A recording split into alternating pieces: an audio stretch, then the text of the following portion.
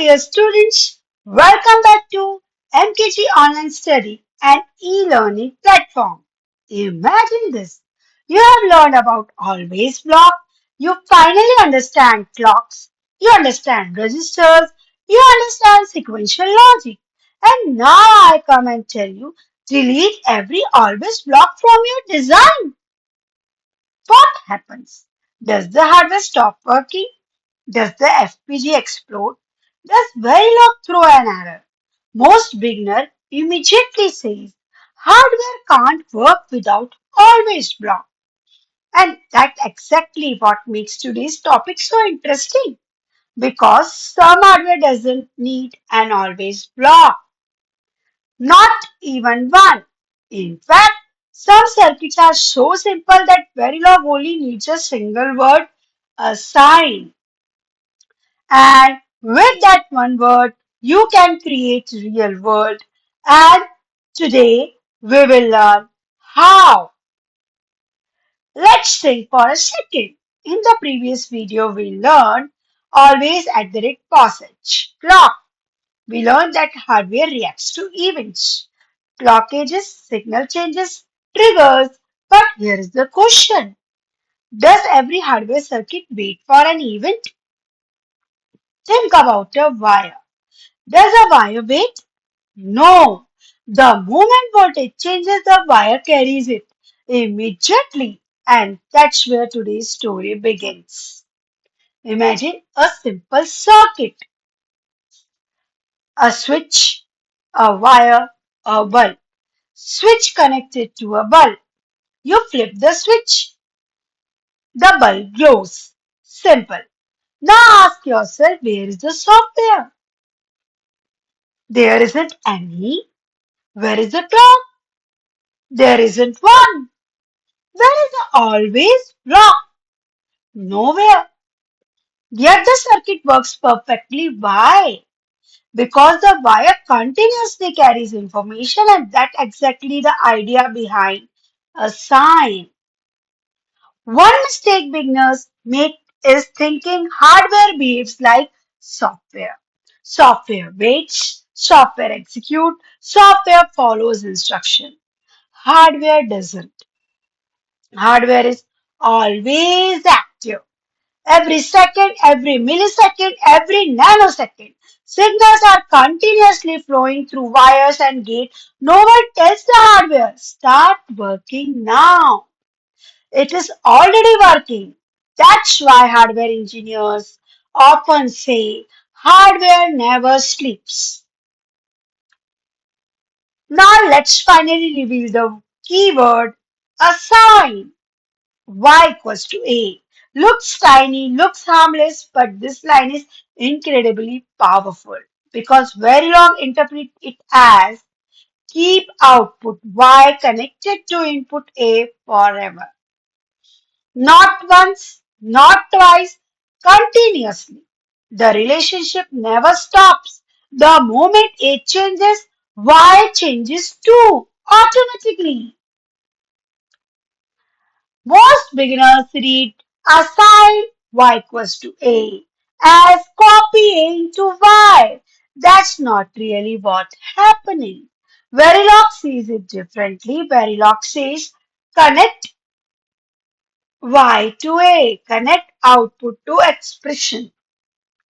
Like connecting two wires, like plugging one cable into another, the connection remains active forever. That's the key idea. Imagine a water tank connected to a bucket through a pipe, tank, pipe, bucket. Water flows continuously. Nobody presses the button, nobody writes code, nobody starts a process. Flow simply happens. That's exactly how a sign works. Signal flow naturally through hardware.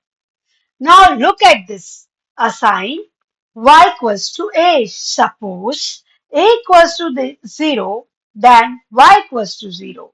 Now a equals to 1. Immediately y equals to 1. No clock needed, no always block, no waiting. just continuously hardware behavior.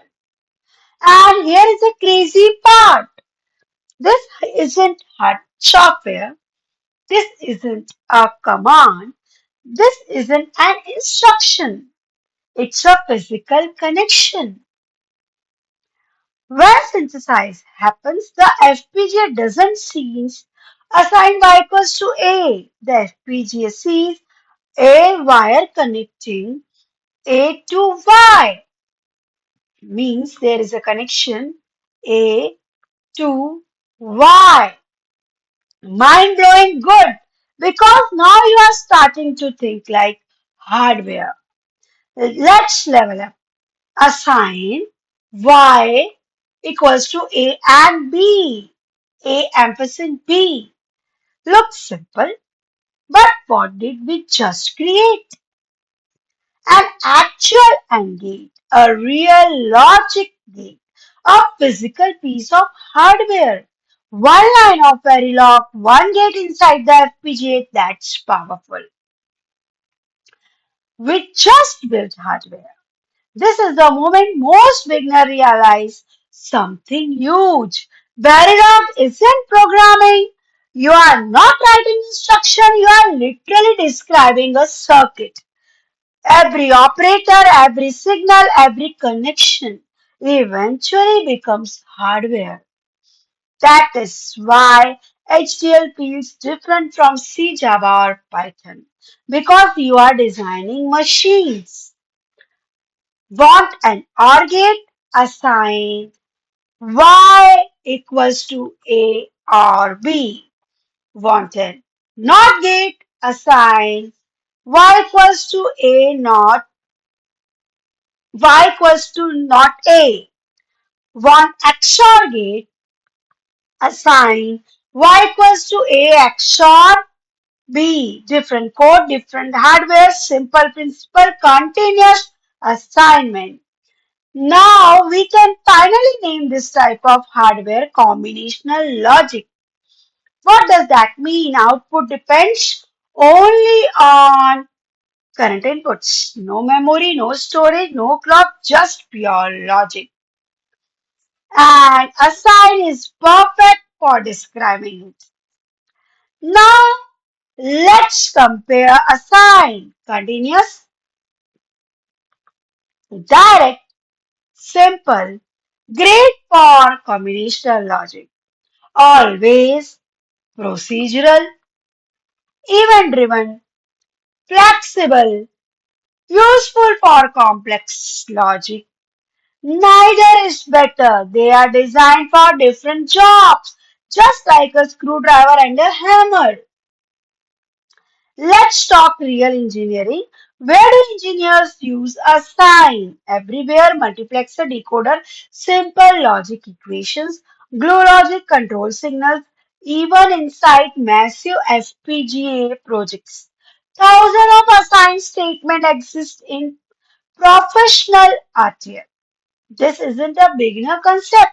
It is an industry concept because it's clean, readable, efficient, easy to debug, easy to synthesize. Whereas simple connection is all you need. Assign is often the best solution. Professional engineers love simplicity. Now here is the catch. Can assign remember data? No. Can it create memory? No.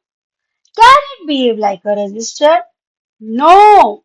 Can it replace flip-flops? Absolutely not. And that's important because now we are entering one of the Verilog biggest confusion.